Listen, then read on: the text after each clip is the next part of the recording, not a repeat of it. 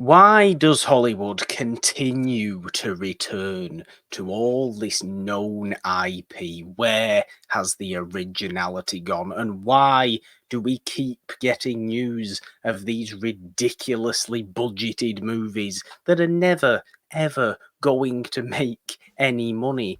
Are they wanting to fail? What can we possibly do to keep the sanctity of movie making and the movie experience alive? It's going to be a very interesting discussion today, alongside all the stuff we're watching, getting excited for, and plenty of fun and games too. Welcome back to the Madness!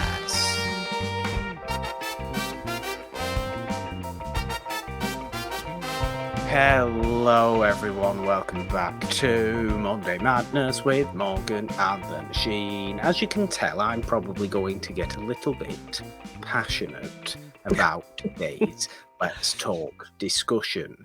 I don't like all this wastefulness and boring financial money-making schemes. Yeah, it's Modern sad. Hollywood. Yes, I mean, all these expectations, you're never going to be successful if you're making movies with over $100 budget, no matter how good the film is in a lot $100 of million. cases. Yeah, 100,000. They should be If you're making movies making for if you're making $100,000. movies, should Yeah, be you're making definitely making a movies for profit. $100. It'd be great. Yes, but like when you're having these insane budgets, even if your movie is really good and critically acclaimed, there's a very slim chance you're recouping that. So yeah, Yeah. it's wild. There's a formula. There's been a formula for a decade showing you how to be profitable with your movie, how to make a good movie for less. And studios still think, no, bigger is better, despite Yeah. how bad movie expectations have been in the past few years, particularly since And 2020. yeah, and there's many things that have happened reasonably Yeah. recently that have brought this discussion to the forefront, not least of which was last week's very sad passing of Roger Corman, Yeah. a filmmaker, producer, ridiculously passionate movie The man. movie king. Yeah. Who the king of new Hollywood, the king of Yeah. 20th century American movies, late 20th century American movies wouldn't be what they were without Roger Corman. He's probably one of the 5 most influential people in American movies of the last 100 years. Yeah. When you actually look into it and you actually do your studying into who Roger Corman is and who he influenced and who he gave their start to, he is mad. And he was a man who made movies for, $300 and a pair of shoes and always made a profit. No, they weren't always phenomenal movies, but they always knew how to make money and they always knew how to be fun. And for Yeah. some reason, today's studio heads and today's major movie makers insist on far too many ridiculously overblown budgets that are totally needless. They set that movie off to fail right from the word Yeah. go. And somebody like Corman, we will never see the like of again. I hope we do, but I have Yeah. very little reason to believe we will ever see the like of a Roger Corman again. Somebody who just put gambling onto movies in everything he did, who had the glint in his eye every single time. A man who over the last week we have seen countless amounts of positivity Yeah. towards, countless posts, videos, all these discussions about how wonderful a man he was and how much influence he had. Yet people don't realize that. People in the most powerful positions in the movie industry don't realize that they should be acting more like Roger Corman than they are themselves. That's going to Yeah. be the basis of today's Let's Talk discussion. But we do have to start, of course, Jeannine, with the question of soap, Jeannine. Not too much really. I've been Oh, doing my Spider-Man Mondays, so the last one yes. as of the timing of this recording I saw was The Amazing Spider-Man. So we are on to the Andrew Garfield Spider-Man films. Okay. This film a bit divisive, this iteration a bit divisive, I think, with comic book fans and Spider-Man fans. And, I think I always came out of these movies as feeling like, particularly this first one where he's meant to be a high school student, that he was a little like too cool to be Peter Parker, you know?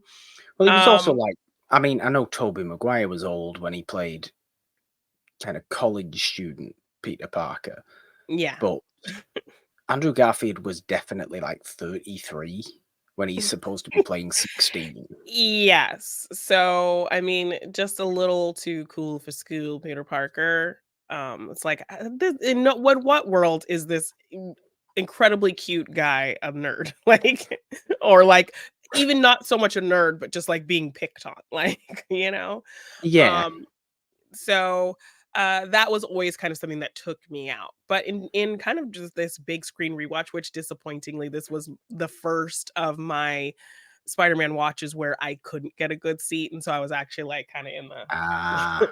in, like, row B seats, like, Ooh. looking up. Also, Well, it what's depends annoying where you about are. that. I often like to sit towards the front. I'm more like a CD row Oh, kind of no. guy I'm, like, when I'm there. up in the EFs. I always like to try to get the seat G9 if I can, because Funny. it's typically ends up kind of in the middle, so, Yeah, it's more but like D10 is more like what I would D11, okay, that that's sort of that's stuff at that's mine. fair, but I'm usually, yeah, like, up as high as I can, but when I went to buy the tickets for each one of these movies, this was the one that was, like, packed, and then so I could only get a B Mm. seat, and then you look behind you and the seats aren't even full, so I'm like, "Where were these people who bought these tickets?" Like, it was pretty full, but, like, You quite could a have bit of just seats were moved. empty. Yeah, so I thought about it, but I didn't wanna, because I saw some other people do that, and then the people showed up, and he was like, "Get out of my Yeah. seat," so I'm like, Yeah, that's awkward. We don't Yeah, want that. so I didn't wanna deal with that, but, yeah, and kind of seeing it again in this big screen aspect, I mean, I found it really enjoyable. I feel like it kind of captured the same beats as the Raimi one did, like, trying to set up this relationship with, Peter and the impending villain, Mm, but obviously the thing that made these movies special was the chemistry between Peter Parker and Gwen Stacy. I think that relationship yeah. was really well established and kind of drove those 2 films for sure. And yeah, I mean, pretty fun generally, and I kind of don't dislike it. Not that I ever hated it or had this really strong adverse reaction like most people did or other people did. But I kind of have turned around a little bit on it and liked it more than I think I did on my first and subsequent rewatches. So Yeah, I mean, not as bad as I remembered it being. I think all the setup with his parents is maybe kind of delving into a little too complex of storytelling, yeah, in kind of I trying to think it making his came at a parents these time. super science spy things, which I mean, I think that was maybe something explored in the comic books a little bit, but to put it in here, I think was a little too much. But Yeah, I would agree on that front. I'm similar to you. I never really had a great aversion to the Amazing Spider-Man movies. I enjoyed them enough when I yeah, watched them. They're not the Raimi movies. They're certainly not the first two Raimi yeah, movies that I just think are still the pinnacle of Spider-Man. Yes, yeah, okay, you can call um, No Way Home the pinnacle of Spider-Man, or even Into the Spider-Verse and Across the Spider-Verse the pinnacle of Spider-Man. They are the most grandiose Spider-Man movies, sure, yeah, aren't they? But there is something special about those first two Raimi movies, absolutely. Was the Lizard a strange choice of villain for that first reboot of a Spider-Man? Possibly. Did we yeah, even need a reboot of a Spider-Man 5 years after 4 years, in fact, after yeah. Spider-Man 3? No, Not obviously really. we No, didn't. no. And really, did it need to give us the whole Uncle Ben situation all over again? This is what it felt like. There was a certain time where every Batman movie had to show The Bruce popcorn and Wayne's pearls, which backside, is what it's kind of been the dubbed. popcorn pearls, and it was always it felt the same with Spider-Man movies because of really only 2 movies, but we didn't need to see that again. I know it was the point of the same kind of story, Yeah. but it just felt a little silly. But I'm glad you had a good time Yeah, yeah. watching Amazing Spider-Man. So, Definitely.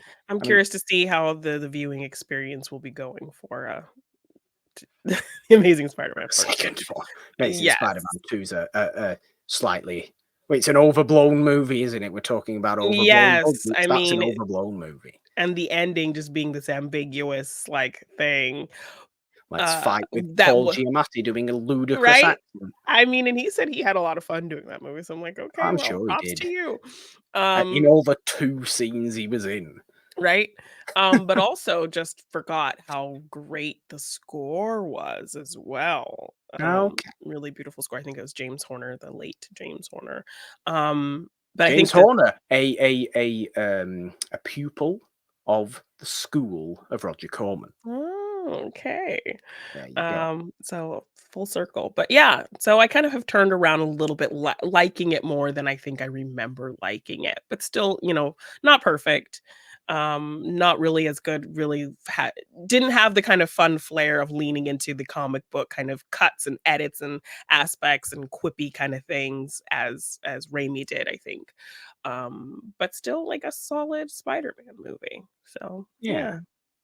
I mean, the only thing I've really watched this week that again wasn't for one of our shows that we have on the Yeah. It's a Wonderful podcast feed. Subscribe to the It's a Wonderful podcast feed and subscribe, ding your notification bell on the YouTube channel if you are here watching this week's episode of Monday Madness, which you can of course do if you're not watching. Go over to YouTube. You can watch this. You can see us. It's great. I have a slightly new hairstyle that I'm trying out. I'm trying to Yeah. grow my hair, and people won't be able to tell really, but I do actually have a very slightly different hairstyle going on today, and it's the debut of that. So There, very take okay, your I'm photos now while you can. sorry. Um, but yeah, the only other thing I've really watched is Doctor Who. Doctor Who's, of Oh, course, okay. come back for season whatever goddamn season we're on now, 15, I think. Or is it season 1 because we're in a new era of Doctor Okay. Who now? People are referring to it as the Disney era of Doctor Who, but that it isn't really the No. case in Britain, obviously, because it's still on the BBC. Yeah. Although it does feel a little bit strange, given that we got 2 episodes of it drop on what would be the BBC iPlayer for us, the BBC's streaming service. Um, at the beginning, and because that was also what they were doing on Disney Plus. Doctor Who is perhaps becoming slightly Americanized in its model Oh, and its okay. To kind its of detriment or what? production, but it's still Doctor Who. I Okay. enjoyed these first 2 episodes. I enjoyed the Christmas special that we got at Christmas. And I enjoyed these first 2 episodes. It's got all the silliness you want from Okay.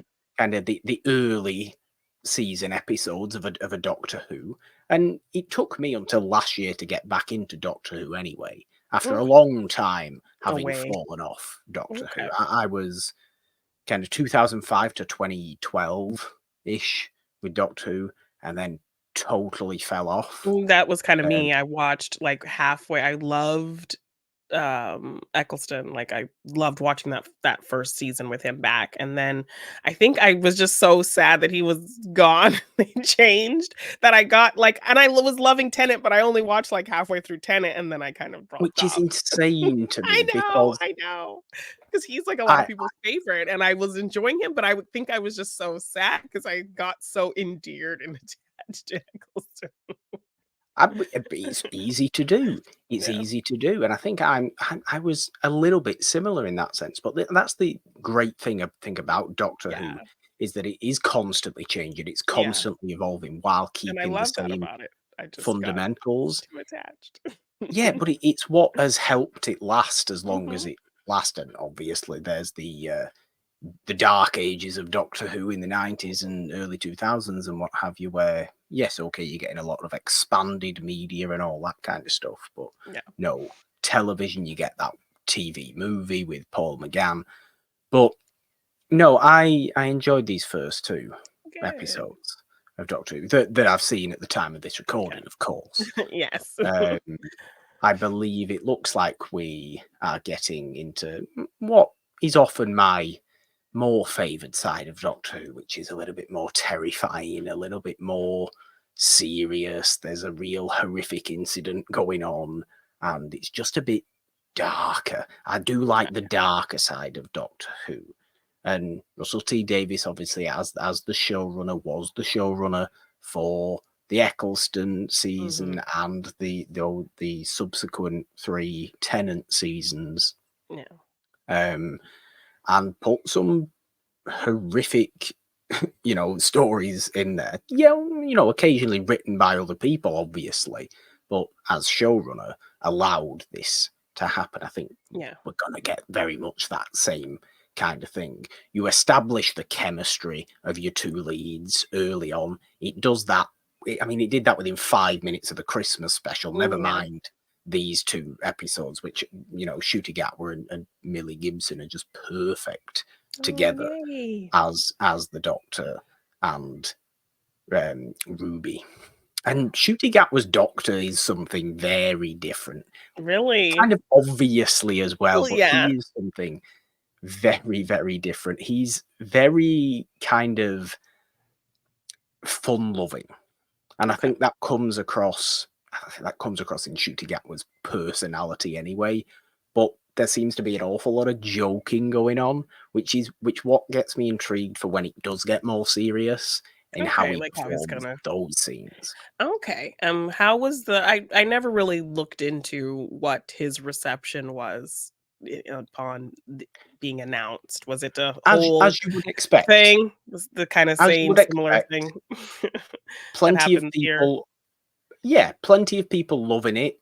Plenty of people saying, "Oh wow, this," and we had all this with Jodie Whittaker anyway. Oh, And yeah, mhm. okay, this Yeah, was my time of having fallen off Doctor Who, and I didn't watch those seasons because like I said, it took until last year for those 60th anniversary specials. And yeah, didn't they just do a great thing of casting Tennant as that 14th Doctor for those three specials, just to bring all those fans who had fallen off that I was very much part of back in. They mhm. did do a great job at that, and they just succeeded at doing that without feeling like they were needlessly bringing him back. They made it all Makes make sense. sense Yeah. because in world, in universe, and Doctor Who canon's a messy worm of messiness Yeah. anyway. But there you go. Um, but no, it was as you would expect. Um, there were people saying, "Oh, why does it have to be in?" But most reasonable people are saying, "Well, this is Doctor Who. It's not exactly, it's not exactly regimented in Yeah, what it does all the time. Its own canon is very, very messy, and Doctor Who's literally an alien. It shouldn't be a problem anyway. And exactly. Yeah. it does help that Shooty Gatwa is a very, very likable man. Oh, good, good. Okay, I love that. But yeah, Doctor Who. So good start for Doctor Who.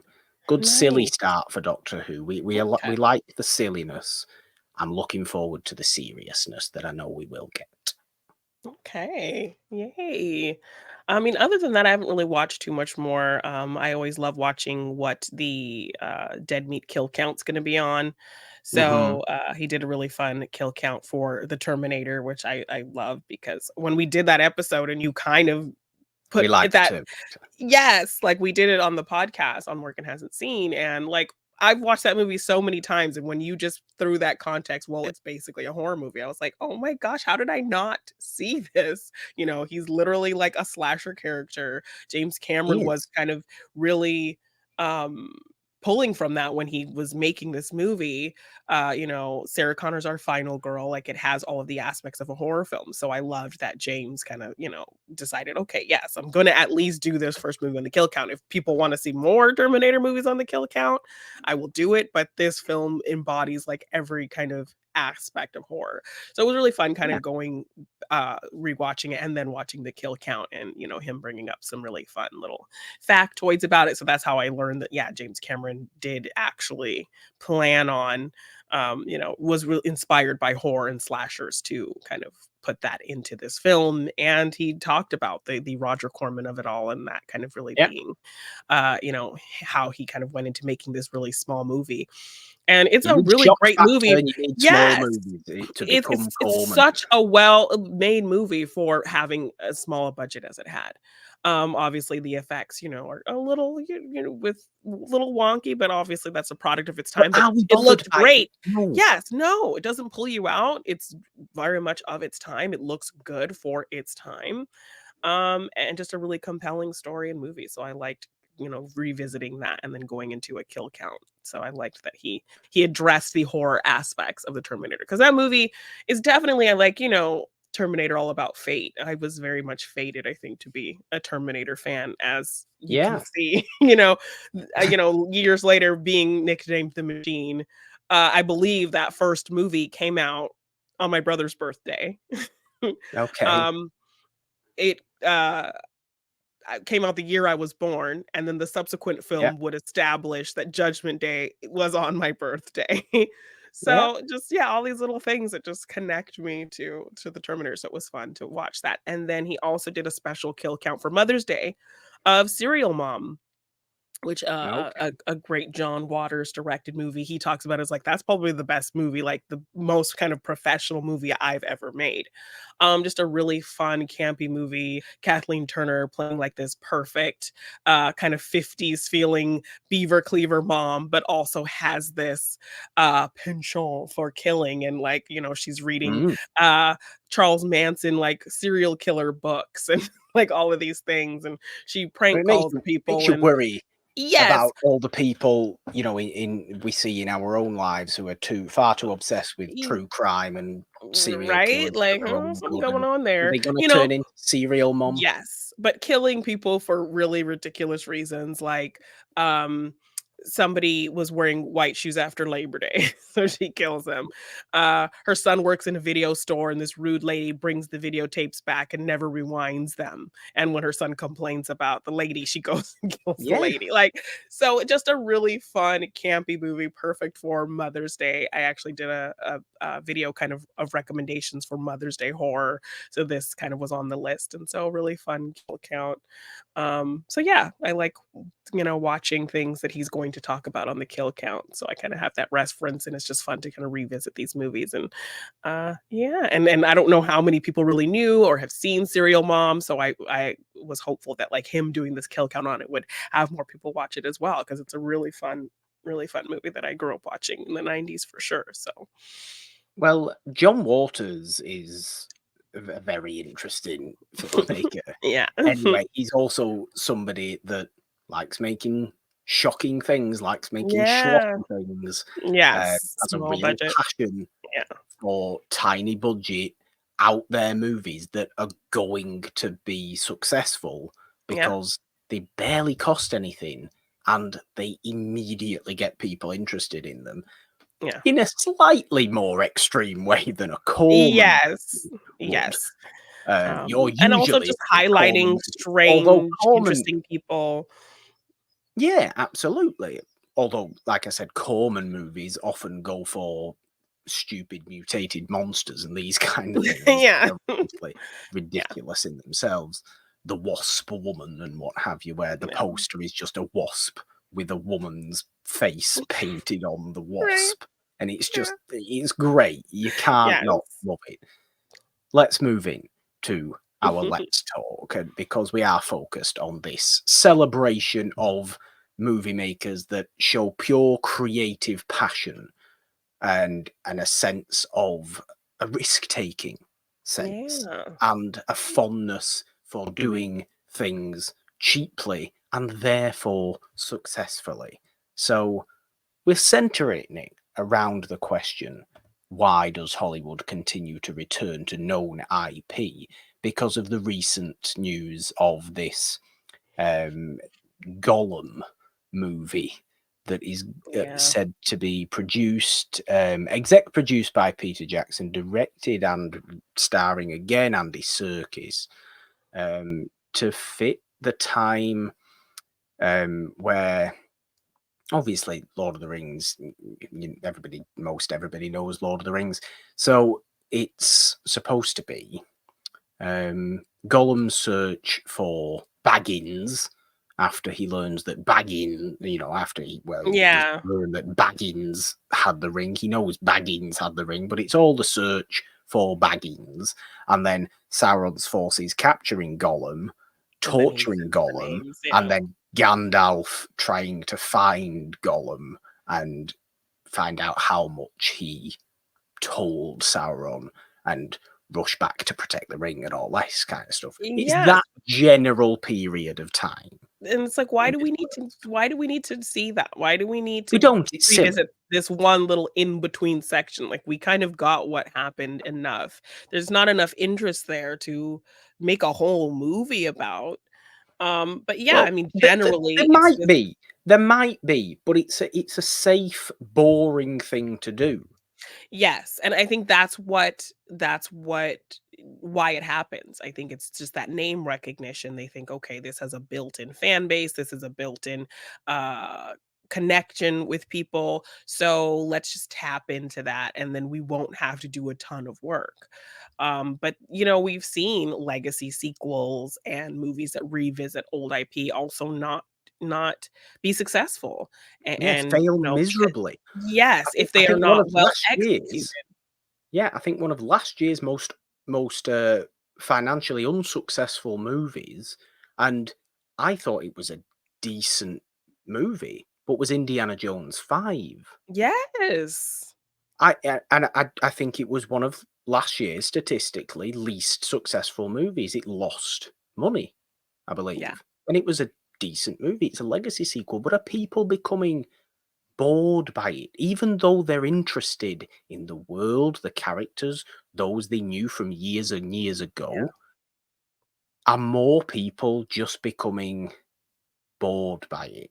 Or is it just still all about, well, that's going to make the most money? People know it, people will still come out for it. But then what is all the ever changing and seemingly rapidly changing model of put a movie in cinemas, theaters for a month before it's then immediately on Immediately streaming? available to stream. Yeah, like, I It's a wanted to stupid go idea. yeah, like, I wanted to go see Abigail in theaters, but I just couldn't get there, on the weekends, I didn't have the time, and so I was like, "Okay, I'm gonna go see it," the following weekend, and I think maybe, uh a couple days after that second weekend it was out, I saw it already, like, available on Amazon to rent for $20 to watch at home, and I'm like, It's "What?" bizarre. It's no wonder these movies aren't making any money when the masses of the population know full well that, oh, that movie looks interesting, but it'll be available for me to watch at home in 4 weeks. I can wait for that. Okay, there's some event movies that, get a load of people out to go and Yeah. watch them in the cinema. Dune Part 2 was probably the latest one that was able to do that.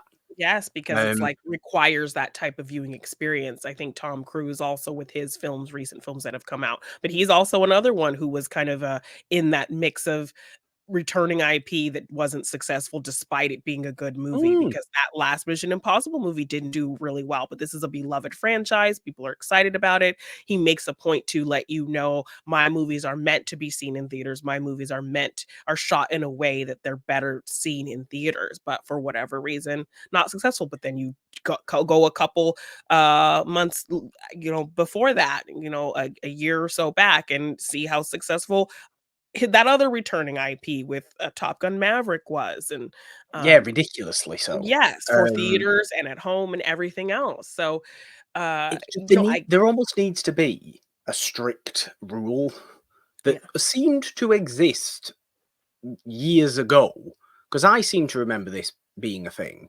where a movie would be released in the cinemas, it would stay there for however long it was deemed viable to stay there, and Yeah. then it would not be available to watch at home. With there was no streaming, obviously, so it would Yeah. not be able to be bought on a DVD, VHS, whatever it may be, for months, 6 months, Yeah. 5 months. Where's that grace period? We need to Yeah, bring that no, grace period back. If you so want many movies to, are coming out that it's just this quick turnaround that theaters need to make a space for whatever new is coming out. So it's literally maybe right? like a 1-2 week span for your movie. That's why I think the latest Mission Impossible didn't do very well because it was coming out in the midst of Barbenheimer. And It's so it not was getting kind of enough time. contending Nothing's with getting that. enough And it time. wasn't getting enough time. It was just, it had a week to do whatever it needed to do before 2 huge other movies came and eclipsed it. Movies Which that which kind of did okay happen to be a particularly well marketed event. And does it need is it a case of a movie just has to be very, very well marketed to do well? Well, no, as we've also recently seen with the movie The Fall Guy. Very well yes, marketed movie, very popular people from from each of each Barbie and Oppenheimer. yeah. Did it do very well? No, No, it's can almost be considered a flop. inexplicably. Yes. And while not inherently original IP, I don't think most people know about the, 70s or whatever Robert Wagner No, show that it was based no. on. So, something that feels more original, something I'd that like to say, speaks to I'd like to something. think people aren't going watching The Fall Guy because it was based on the Robert Wagner show, TV and show. people don't like Robert Robert Wagner because Wagner, of the yes, very mysterious circumstances suspicious surrounding. character. Yes, Yeah, people are just that into they're just that big fans of Natalie Wood that yes. they Have they just boycotted don't like Robert Wagner. have There was boycotted the nothing layers was ever of nothing was ever strictly proven, but they just don't like Robert yes, Wagner. because Look of the into him if layers you're not of aware. Robert Wagner. Yes. Um, but yeah, I mean, highly marketed. I was seeing it all over social media, ads, little fun little clips. I mean, I think, Ryan Gosling went to Universal Studios stunt show and they did a whole thing there. Like, Right. so many things. Uh, went on SNL to promote, was on the talk show circuit, all of these things. And still, I mean, it didn't do very well. Uh, with a movie that was considered more of an original idea, and also kind of calling attention to uh, a group in the film industry that people always say get kind of overlooked and annoyed or ignored with stunt people. I mean, people are always applauding, Yeah, uh, you know, giving stunt people their respect. So, and it got for fairly good reviews. People saying it was a it really did. fun movie. So, just wild. And I think it's that other kind of aspect that you talked about at the beginning of the show is that these budgets are just too exorbitant and insane that you're never going to make your money back even if your movie is good because it's just too extreme of an amount. It's very Yeah. few and far between when your movie has over $100 million budget and it recoups that and is profitable. It needs to So be the biggest movie of the year these yeah. days to Hmm. do that. We're not even 10 years ago. We're not even 7 years ago, 6 years ago with movie theater releases Yeah. anymore. And our kind of outlook into that. Something extreme needs to change. And for me, it does need to be that grace period between this is when you can watch this movie. Here it is. It'll be Yeah. out for however long it's out for. So watch it now. Otherwise, Yeah. you will not be able to watch it again for most of the rest of the year.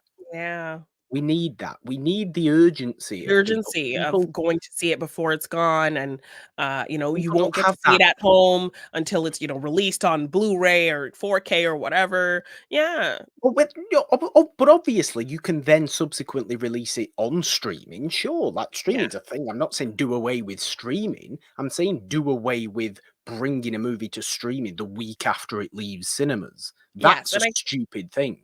Yes, and I think that that kind of formula has just kind of hit its boom when COVID was huge and theaters Of weren't, course it did. and people were having to watch movies at home and, um, But people we're needed to. a while out of that now. Yes, So and they're still stuck in that formula. Like, the thing to do going forward after 2020 would have been, "Okay, let's make smaller budgeted films that we know yeah, can recoup their surely. budget, Let's and" get on the phone to Roger while he's still alive. Right? And make smaller films that are still entertaining, that still could potentially return to existing IP, but make them at a smaller cost, and then we're recouping our budget. And then give it that kind of urgency to go to the theater to see it before it's gone, before it just gets thrown on a streaming service. But Yeah, no, it was still like, "No, we're still gonna do this COVID thing of making these huge movies with crazy budgets." Part of that being, a huge part of that budget being the promotional campaign that goes into it. Um, and then we're gonna have it in theater for a week, 2 weeks, and then you can rent it at home. the cinema experience, the movie theater experience is so integral to the movie watching experience. Yeah. It should not ever be going away, and it is dying. There are many great people attempting to salvage it in different ways. The festivals, the special screenings, all this kind of stuff. Yeah, I mean, But Dev you Patel release, making his small movie, doing yeah, what he could with that, really kind of pinching every penny, but still putting so much into it, doing so many things himself. Like, and that movie critically acclaimed, people loved, and it was profitable because it was so small, but exactly. still, really bombastic and well told and action packed and all of those things. It's possible. It is possible. It is 100% possible. But every movie needs to be given as much chance as possible, because if you actually want to save the cinemas, save the movie theaters, Yeah. save that experience, because look, I will admit, I rarely go to the cinema anymore, and that's an issue. Okay, we could be looking at me saying, "Oh, you're a hypocrite," but let take my ideas and roll with them then, and Yeah. I will go back, because I won't have to then deal with people who don't behave properly at the cinema, Yeah, it's or really the, frustrating. the best experience you can possibly have at the cinema is with an awful lot of people behaving themselves. I don't like to go when there's an awful lot of people there, because they don't behave themselves, because they know it doesn't really matter, because they'll be able to watch this movie in 3 weeks anyway at home. Yeah. It does And I matter. think that's Give why. people give people the urgency that they need to watch this movie now. They will behave better at the cinema because Yeah, they want to watch the movie, thus making the cinema experience better better for for everyone. everybody, thus Yes. making the movies themselves more More. profitable, the Yeah. cinemas themselves more profitable, and everybody's happy. Surely it's that simple. It's probably not that simple, but surely with a little fine tuning in certain tweaking little aspects, it ultimately is that simple. Stop being so greedy and giving people what they want now, now, now. Force people to wait if they haven't seen it when they should have seen it. And it's the Yeah. only way of bringing back genuine profitability. If you insist on spending $300 million to make a Brad Pitt Formula One movie that is the most nonsense news I've seen in ages. Right? Like, that is definitely a movie that could be made with a smaller budget. Like, did he not just learn anything from the movie that was $5 million. Yes. Did he not just learn anything from the movie that was supposedly his last movie with Babylon? Like, this big bombastic movie, great director, all of these things, great cast. That movie was not successful at all. And Um, people don't even like Brad Pitt anymore because of all the all of personal the stuff that's been kind situations. of coming out about him. Yeah. So for him to think that he can bankroll a movie of that kind of budget and it's going to be successful is wild. But I mean, just prove for me, like, going to these Spider-Man screenings is showing me that the movie-going experience isn't dead for people. Like, these are movies people can literally watch at home, that people probably own and can watch at home, but they are Yep. coming out to the theater dressed in their Spider-Man shirts with their Spider-Man blankets and going to see these movies again And they're not being because annoying during the screenings, I would no, imagine. No. it's a communal experience, everyone's having fun, laughing, the theater is packed for movies that came out years ago. So that you can't tell me that the movie-going experience, that people don't wanna go see a movie in the theater. So like you said, I think that urgency needs to come back of a movie, "Oh my gosh, I gotta catch this movie in theaters before it's gone, so I can get that big theater experience with it." Um, And the but cinemas then themselves need to be better, actually, as well. Let's not just hate on the studios, because the cinemas themselves don't help themselves by not dealing with poorly behaved people properly. And I yeah. know I sound like some sort of head teacher saying all this, but there is no reason there isn't any reason to be on your phone at all during watching a movie. If you don't want to watch that movie, walk out the screening. You can Yes. walk out the screening Yeah. if you want to walk out the screening. That's fine. When you're in there, shut up for one. Don't annoy people. Don't talk loudly. If you're going to talk, whisper, Yeah. and don't be going on your phone with the Oh, brightness fully. yes. The Put brightness your or your phone phone away. ringing or yeah, like, I was in a movie with someone whose phone went off at least 4 times, like, You should be put it forced to put it away. It might be drastic, but I remember once I've been to a cinema. Um, it was in the US. I think it was in Las Vegas. It was a long, long, long time ago. In fact, I want to say it was when I went watching. It was when I was on holiday. It was when I went watching the last Harry Potter movie, Oh, yeah, that was a and while ago. I went watching that. Well, my family, we all Yeah. four of us went watching that while we were on holiday in Las Vegas. We had to put our phones in a locker before we were allowed entry to the screen. Perfect. Wow. Did it bother anybody? No, because No, because 'cause you're ultimately watching we're the going movie. there paying money to watch a movie. And people will have the argument, oh, we'll get bored during the trailer. Well, if this plan goes properly, they won't need to show 17,000 hours of ads before Yeah. the movie to justify their own existence, will they? Because they'll be making money because of all the other genius business ideas that I've come up with on today's show. Oh, yes, Uh, brilliant. that's how they'll be making money. So you won't get bored. You'll have what, 10 minutes before? Okay, couple of ads, few trailers, but you want to watch the trailers anyway.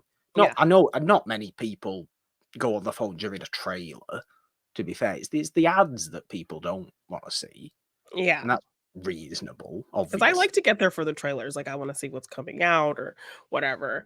But Um have assigned seating as well, and people can skip all that.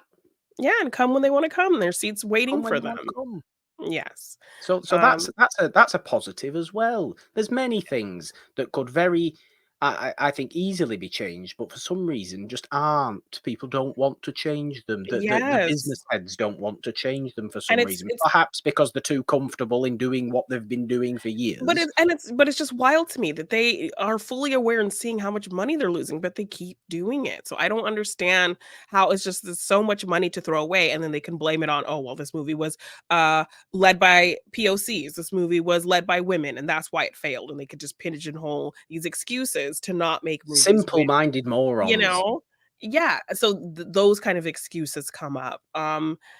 Disney with all of their revisiting of things, and it's just like, Yeah, it's you know? boring. So when It's you see, like, boring. the Little Mermaid, and I think it made, like, $400,000,000 and that's still being considered a bomb, then you know you're putting too much money Right. into the promotion, into everything else of those movies, because it's just sad because even when a movie is good, even when a movie could be good, its budget was so conflated and huge that it's just never gonna make that money back. So I think we just need to go back to the urgency of movies, time in a theater, and, making smaller budget things and focusing on original ideas. And when you do have original ideas, you don't have to make it this $130 million budget. Um, so yes, I mean or a more. $300 million Formula One movie with Brad Pitt. Yes, it's crazy. Which But yeah, I hope was actually a false like joke of an article, but I don't think it was. I think it was a no, it's genuine. I want to probably say it was something that is Hollywood happening, Reporter. and he is somebody who has a production company, so his plan B is probably, like, producing it or something, so, but yeah, I mean, generally, I think it just comes down to we revisit these IPs because we assume our built-in fan base who has come out for us before will come out again, so we don't need to do much, we don't need to be creative. I mean, I talked about, I think on the first episode, of this season 2 of Monday Madness, that I had watched The Exorcist 3, and the director of that movie was the author of the book, and he didn't want to name it The Exorcist 3. He wanted to name it the title of that book, but the studio put all this pressure. No, we need to have Exorcist in the name so that people will come out and watch this movie. So yeah, it's definitely just the name recognition. Studios assume that that's all they really need to sell this movie. They can put this huge budget on it. They can bring back certain actors, and they don't need to do much more. So I think it's like, the combination, like you said, of the urgency going to the theater, smaller budgets for things, and the creatives really being free to create what they want to create, because then also studio interference plays into these movies having ridiculous budgets and things in them that they don't need and being overblown. Um, so Some of the yeah, most successful movies ever, financially successful movies ever, have been as financially successful as they got because of word of mouth. Word of mouth isn't even allowed a chance for a movie to have success because of it. yeah, Because as soon as word of mouth gets around, you can't go and see the movie. You can't go and spend money on the movie anymore. yeah. So what chance does any movie have? That's a great summary you've Yes. just ended And just with. we have great models for you to do that. A24, Blumhouse, Exactly. directors like Shyamalan, like all great people who understand, what it takes to do what you want to do, be interesting, creative, break boundaries, and still be profitable without spending billions, millions of dollars. So, Absolutely. yeah. You are there is still plenty of people doing it. It's just not at the very highest level of the very mainstream. Yeah. If it gets back to that, then we're in the good stuff. Yeah. We're in the money, as Yeah. Where is sang the in money? what the Yeah. Gold Diggers of 1933, I think it is that they sing that in. But no, God, you can tell where my mind's at. I wish we were in the movie industry of the 30s. Yes. Yeah. We will be soon in 6 years. So we will be in the movie industry of the 30s. What will that look Yeah. like? The 1930s, when we don't want a Great Depression. We're already in No, that. we don't We want don't that. want that. Fun and games is what we want, and this fun and games I think is going to be very Oh, fun, very very gay. gamey, Janine. Particularly from both sides, I would imagine. But my game does have things to do with particularly notably expensive movies. So Okay. we'll have a bit of a joke. We'll have a bit of a laugh Okay. with question why these movies cost so much money. I mean, many of these Are movies, they to be fair to them, were also very successful. okay, I was gonna say, are these, like, all, like, big budget blockbuster bombs, or are they They're not all bombs. No, okay, okay. they're not all bombs. In fact, no, no, you wouldn't really call any of them bombs. Okay. Just famously uh, Super very expensive. expensive movies. Okay. And what's your game today? I know Uh, obviously I don't even have to ask who wants to go first yes. anymore because you will Um, be answering the questions first. my game is a franchise game, so I'm just gonna give you a description of a franchise, and you have to guess what franchise it is that has, Okay. uh, you know, several to Notably not expensive very movie. many films. I mean, most of them, yes. Most of them expensive movies. Yes. Okay. Very nice. But feel Well, all franchises that felt like they needed to revisit that IP, so Oh, I see. Yes.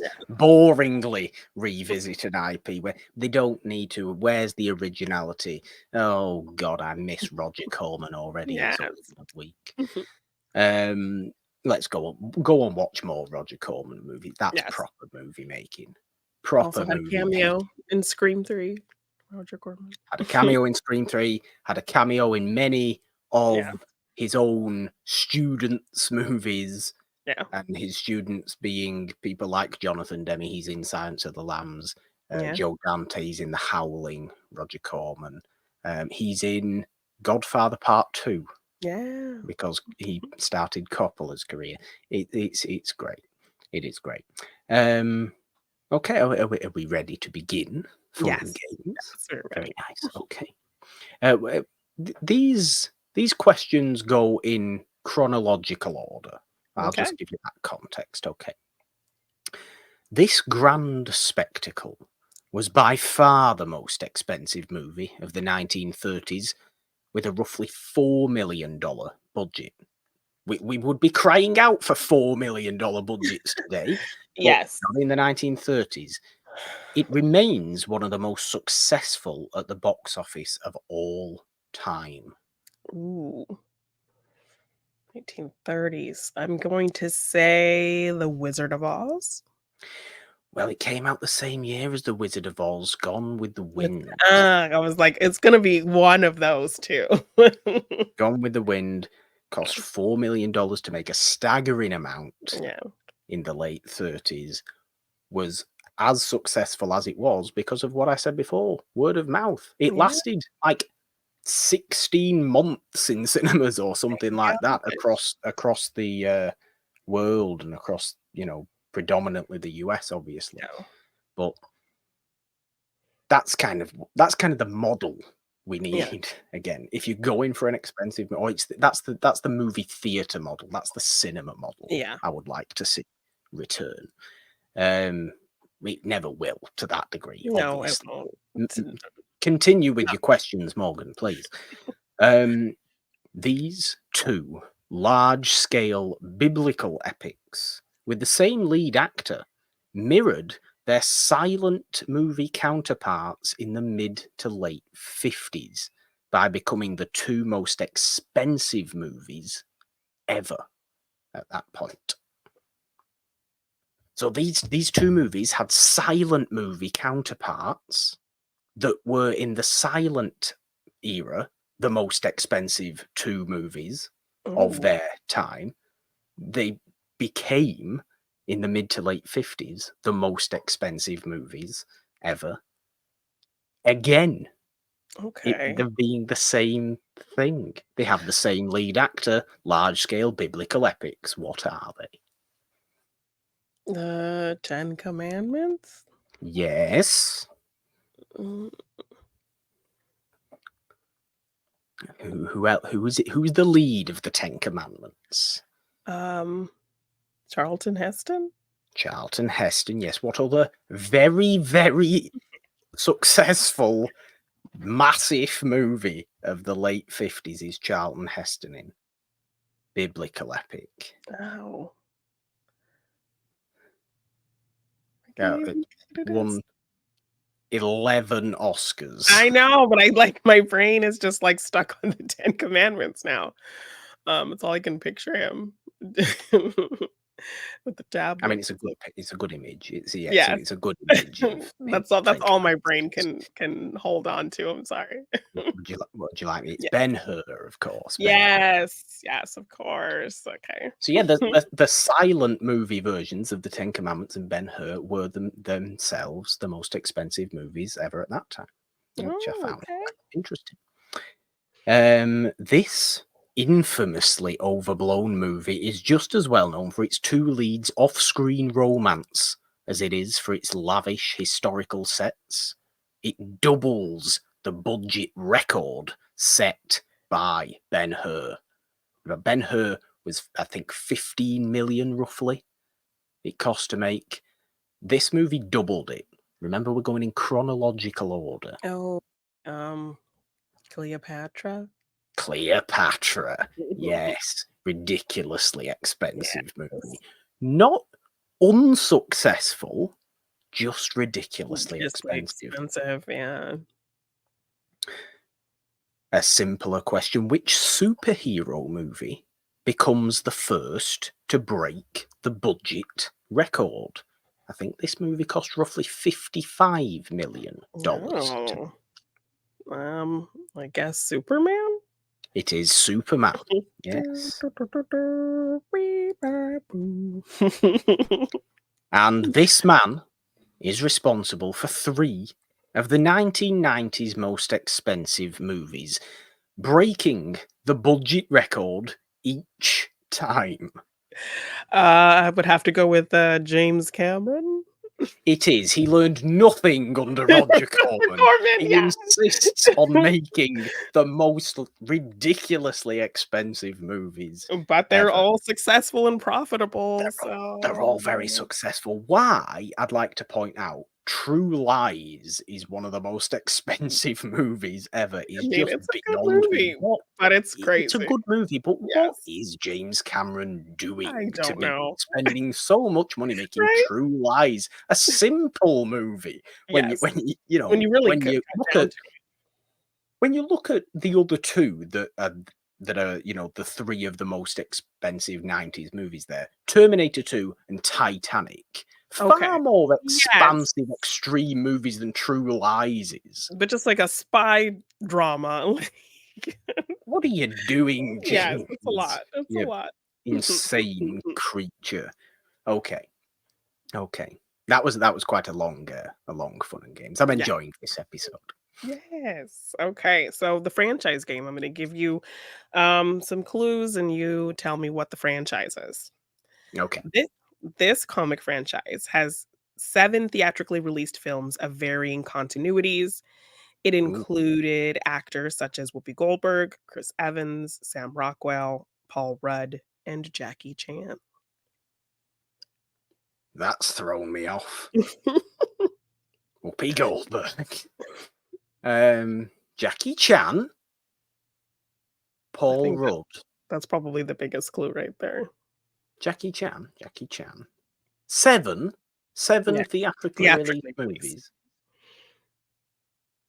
Jack. I can only think of.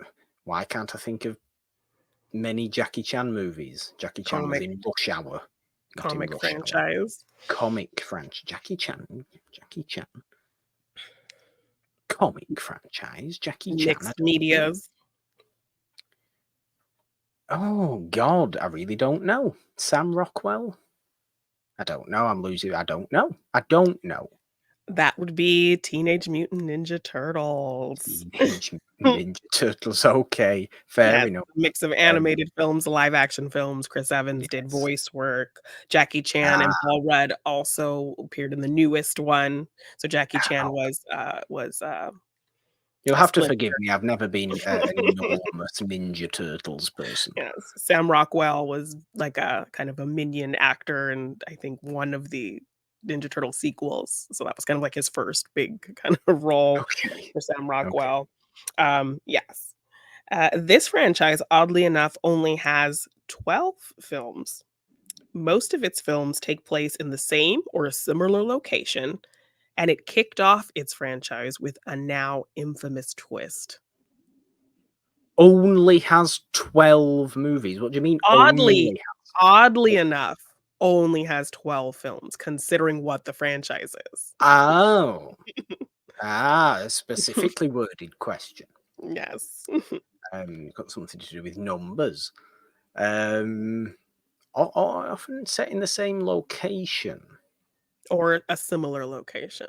or a similar location. What Not was it? What always, was but another little? often. And it kicked off its franchise with a now infamous twist. So Oh, its infamous first twist. film had a very infamous twist. Oh, this will be Planet of the Apes. No, No. you were on the right thinking having to do with numbers. Oh.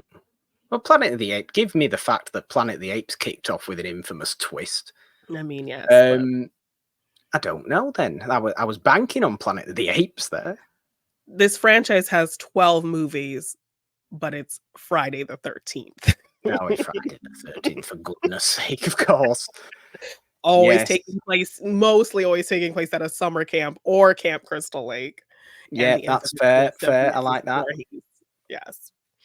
But Uh, that's a franchise that, we almost want to see come back at this at least, point. yeah, That's perfectly have its 13th film, like, but there's so many rights issues with, yeah, the writer and the director creator. Yeah, so Sean Cunningham doesn't wanna no, it's all like, a mess, isn't it? yes, that game was very popular with fans, and then all that dispute, like, halted new uploads of the Yeah. game. Yeah, it's a big mess, but there's a lot of great fan films on YouTube you can check out. Never Hike Alone in the Woods and things like that, so check those out. Speaking of fan films, I think there's a fan film of the exact Gollum story that they're planning on doing, Oh, that I saw some sort of news about, the fact that Warner Brothers had given it a copyright strike on YouTube right after they announced this new movie, but have since reinstated it. yeah, I know Warner Um, Brothers is scandalous with they'll ding you real oh, quick. They've removed so many of my Warner Brothers, like, DC kinda designs and stuff from my, like, t-shirt shops and stuff. uh, Yeah. here is what I'll say again: bring back Warner Brothers of the 30s and the 40s, Yes, yes. when they were a nice company making good Right, movies. 100%. This franchise boasts 6 films with the same 2 dynamic leads. No subtitles or numerics feature in any of the titles, but the Ooh. first film's title features in some form in every film after. No numerical or subtitle, no colon titles. No, Usual for a franchise. 6 movies, same 2 leads. I mean, I should be getting it off the fact that there's no numerical or colon things. fairly Subtitle. older franchise An older when you don't franchise. really think about movie franchises being a thing. Oh, you're gonna be throwing me off when no, that's wrong. For some reason I was gonna say Alien. That would be a terrible answer. Um, Earlier. Earlier franchise movie series. Let's call it movie series. We don't call Yeah. them franchises Yes, before the no. 70s. No, but technically it Oh, is a so franchise. it'll be something Returns or something, The Curse of the Mummy's Tomb and that sort of stuff, won't it? So it's some sort of horror franchise. No. It's not a horror series. So I'm No. lost then. A sci-fi series, No. Mystery. a mystery series. Um, Sherlock Holmes. No. No. S- Um, I'm sorry. Terrible. My failure is rife. The Thin Man. Thin Man. 6 Oh, of films. The course. Thin Man Yes, After. The Thin I Man's am Baby. idiot. The Thin Man well, The you know. Song of the Thin Man. Yes, The Thin Man's exactly. Baby. I don't think there's the Thin Man's I Baby. don't know, it's like something about when they have a baby, like the 3rd or 4th film, it's like something Oh, baby. yes. You don't Yes. think about I mean, my mind is No. totally in Fast and Furious with this Yes. questions, not the Well, Thin so Man. I that's why I wanted to throw that classics Yes, you're curveball at very you. clever, aren't you? I am. This 3-film franchise, based on a book that itself was inspired by a literary classic, required its lead to not only transform physically, but also change the way they speak. Oh. A book that was inspired by another book. A book Yes. series inspired by another book. A A book famous book. inspired so the first film was based on a book that was based on a literary classic, And it's 3 movies.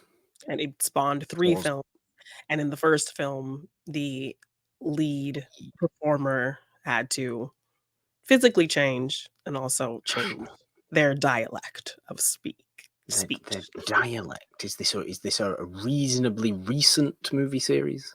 Mm, 2000s? No. 2000s. Their latest film coming out, I think, around the 2010s, the 3rd film. I think there's talks of a 4th film. Um, female-led. God. What the hell's this? I don't know. From your I've thoroughly failed at from this. your neck of the woods.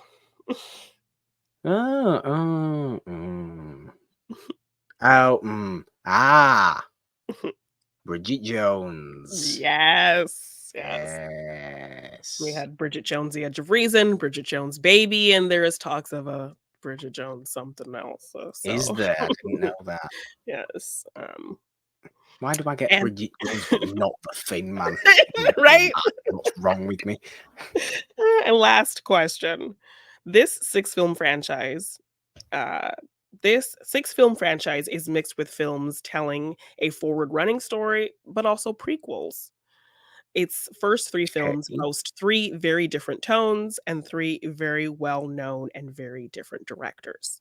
It's also adding a new film to its franchise this year. Oh, do you know what? I feel like I know exactly what I you're mean, you talking said it about, but I earlier.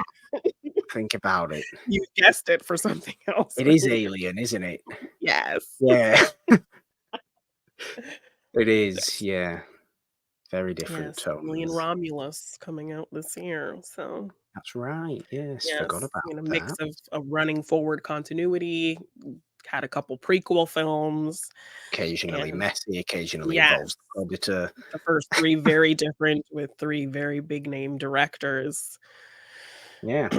How much did Aliens cost, James? I wonder. Was Oh, that one of a the lot. most expensive movies ever made? I Roger wouldn't be Corman surprised. must have been looking at you going, "You learned nothing, James. You're Right. lucky your movies are doing so well. Did I teach you nothing about frugality? Yes. Look at everybody else. I But he's like, taught "But them." hey, Roger, I'm successful. I'm making the money back, so it's fine." Sure, sure. Fun. Yes, I like Yeah. it. Great show today, Jeannine, on Monday Madness. Good discussion. We've come up with ideas there. We've said our bit. We've got passionate as what we like to do on Monday Madness. Let us know what you think. Of course, we will be putting it as a little question in the Spotify release of the Yes. show. You can let us know in the YouTube comments, of course, if you are here watching.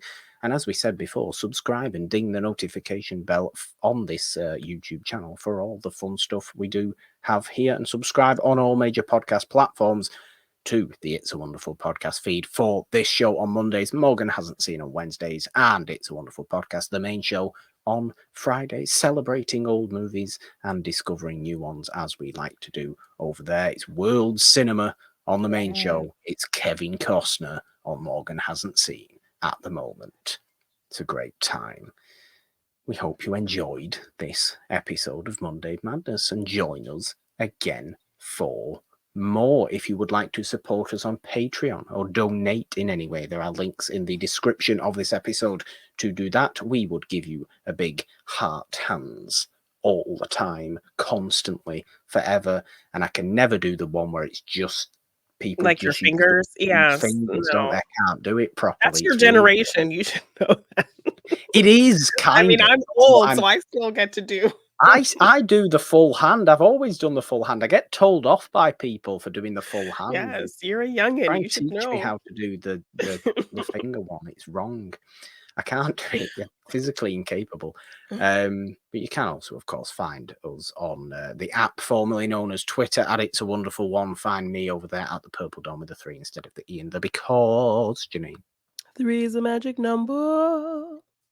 On Instagram, TikTok, and Threads at the Purple Dawn. All your passionately non-expensive things are where. Always non-expensive. You can find me at Yeah. Janine to be _ on Twitter, Janine to be on Instagram, TikTok, and Threads. If you want to get any merch for any of our shows, just check the description for the link or search It's a Wonderful Podcast on teespring.com. And if you want to purchase any of my art in print form, you can find that at my Big Cartel shop, g9design.bigcartel.com. I will say it again. Rest in peace, Roger Corman. I know it was a Yes. week ago, but as of the time of this recording, it's literally just happened. A couple days. So Yeah. we're right in the thick of everybody's remembering him at the moment. But obviously, this episode will air in a week or now because you're listening to it and watching it right now. Yes. Isn't pre-recording strange? You'd think we're used to it after 6.5 years, but You're no, we're right. not. No, no. It's stupid. And even longer, actually, considering I was doing podcasts before. It's a wonderful podcast. It's stupid. Anyway, stop talking. Now you've finished the show, Jeannine. There's only one thing left to do. Go ahead. 3, 2, 1. Bye. Yeah. Don't spend the money.